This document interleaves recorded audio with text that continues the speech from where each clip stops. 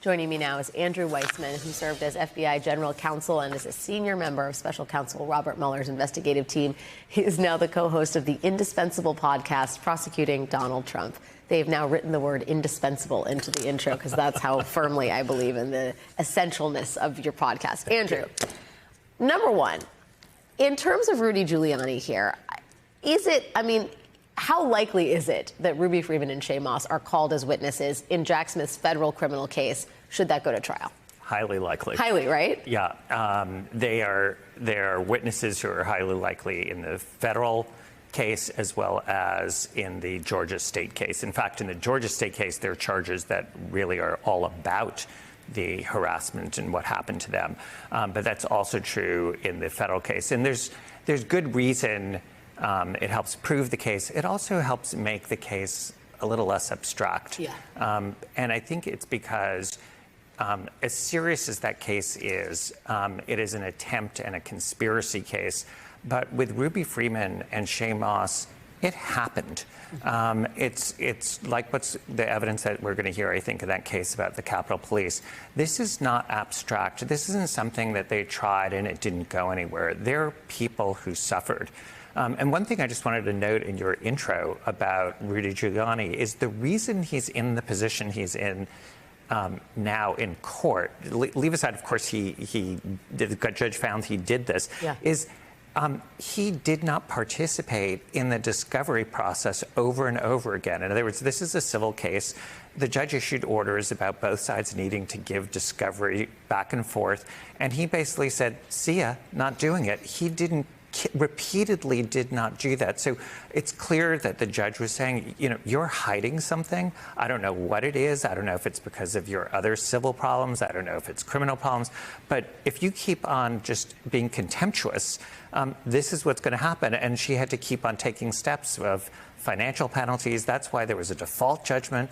He was not allowed to actually say to the jury, I can't afford to pay X, Y, and Z. Why? Because he refused to turn over any documents about his financial condition.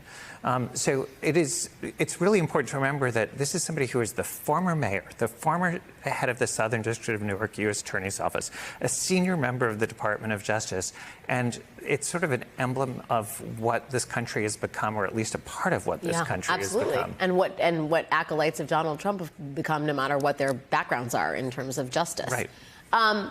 I do wonder, there's a financial implication for Rudy if there's a bad outcome in this civil case. Yep. The lawyers are asking for $24 million apiece plus.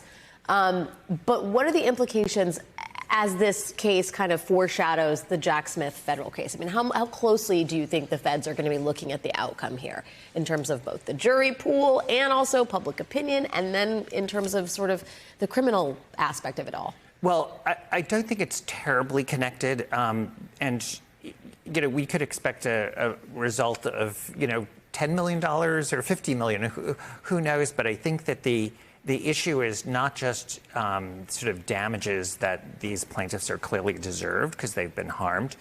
And yes, punitive damages with respect to Rudy Giuliani, but the message is not just to Rudy Giuliani.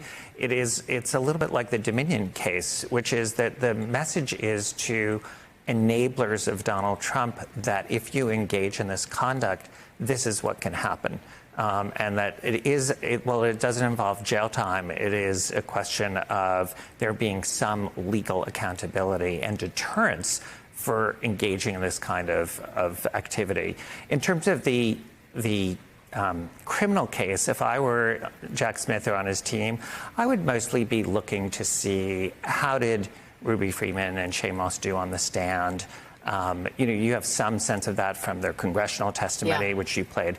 And they, by all accounts, seem like, they were victimized. And that is something that I think is like any juror, like we are reacting to it, saying this is just completely senseless. And it's like what Mr. Sperling said in the Georgia case, which was like, this is the violence that's going to happen if Donald Trump and his enablers continue engaging in this kind of conduct. But the jury that is going to be deciding on all this is based in Washington, D.C. And there's a lot of sort of concern on the part of Trump about who is going to sit on a jury if he has this federal case unfold in the beginning of March.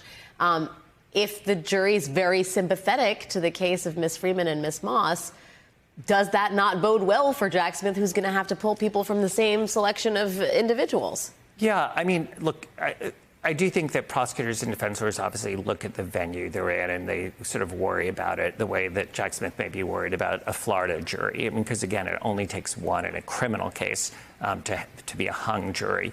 But I do think that jurors, by and large, rise to the occasion. Mm-hmm. And, you know, I keep on telling this story of the one juror who spoke in the Manafort trial, which was in the Eastern District of Virginia, which is sort of a mixed district in terms of politically. Kind of neutral. And she said she was a MAGA Republican, and she literally said she left her MAGA hat in the car. And again, that's such a great image for that she acted out of principle, in the same way, you know, millions of Americans do, and jurors do every day, and judges and prosecutors and journalists and, you know, every ordinary citizens do. So I think that there's no reason to think and to have this sort of racist views of that. I think Donald Trump and some of his allies would have that, you know, because of the makeup of the D.C. jury pool, that they're not going to have the same ability to be completely neutral and fair and impartial. Arbiters of justice. We spent some time in the intro to this segment talking about Rudy Giuliani's financial straits, which are considerable. Basically, everybody he's been involved with in a professional capacity over the course of the last year is suing him, including his ex-wife, who's not involved with him in a professional capacity. If you're Jack Smith, people who are under pressure like this in financial straits, I mean, they're usually good candidates to try and become cooperators. But do you think that's even a question in Jack Smith's mind? I mean, Rudy Giuliani is an unindicted co-conspirator. He knows a lot about what Trump was thinking and what he did in and around January 6th. But Fani Willis has already taken that option off the table. Giuliani is going to get prosecuted and may go to jail. Do you think Jack Smith ever toys with the idea? Do you think that's even an option in the federal case? Not at this point. You know, you played the clip of on Monday, Rudy Giuliani announcing. Stay tuned. Right, stay tuned. I've got evidence, and there's, you know, I stand by what I said, which there's no evidence of that. It is really impossible to put that person on the stand. There's certain witnesses, and I've been in this situation as a prosecutor where you're like, you know what? This person would have to be so corroborated on every single thing they said that it's not worth it. I'd rather just use the corroboration. I don't need the baggage of a Rudy Giuliani. And also remember that if you allow someone to cooperate, it's a trade-off, because yes, they're convicted. Yes, they admit what they did, but they are going to get credit with the judge in terms of the sentence they get. So, you know, do you really want to be doing that with somebody who had every advantage that can be afforded to somebody in this world and squandered it in this way? And as you point out so rightly, knew better. Just knew better, had all the learning, had all the information, and did what he did, allegedly. Anyway, Andrew Weissmann. Nice to be here. Thank you for being here, as always.